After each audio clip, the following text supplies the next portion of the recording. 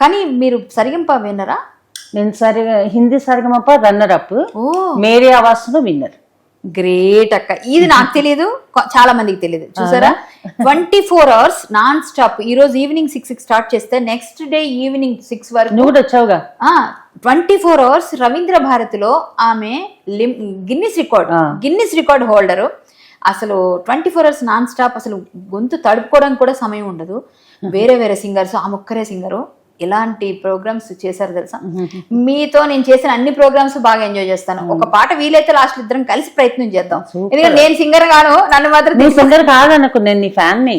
అయ్యో చూసారా, నాకు కూడా నీ వాయిస్ కి చాలా పెద్ద ఫ్యాన్ నేను. Thank you.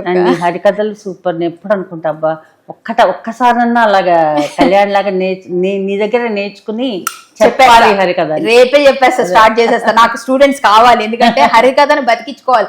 మీలాంటి వాళ్ళు చెప్తే ఇంకా బాగుంటుంది.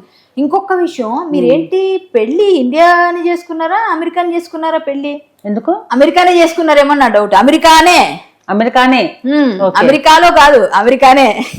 42 సార్లు వెళ్ళి రావడం ఎవరి తరం అమ్మా? 42 సార్లు అమెరికా వెళ్ళి వచ్చేసారా ఏంటి? అసలు ఏమిటి పక్క పక్కనే ఉంది అనుకున్నారా? ఏమన్నా ఇలా వెళ్ళాలి వచ్చేస్తున్నారా?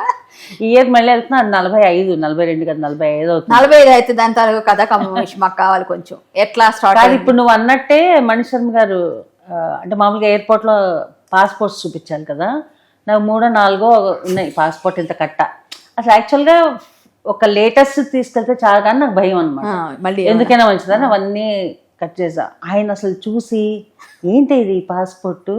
అప్పుడు జార్జ్ బుష్ అనమాట, ఆయనతో టూర్కి వెళ్ళినప్పుడు ప్రెసిడెంట్ బుష్ కూడా ఎన్నిసార్లు వెళ్ళి ఉండేది కదా అమెరికా.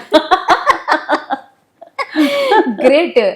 అదే అన్నమాట, ఆ కష్టం, ఆ పట్టుదల. ఒకప్పుడు నేను ఒకటి మిమ్మల్ని విన్నాను బయట కూడా, మీరు కూడా బాధపడ్డారని. మీ వాయిస్ బాగాలేదు, మీరు సింగరే కాదని కొంతమంది మిమ్మల్ని స్టార్టింగ్ లో క్రిటిసైజ్ చేశారు అని. అప్పుడు ఆ పట్టుదలతో నేను ఎందుకు కాను అని మీరు అలా ఏం జరగలేదు.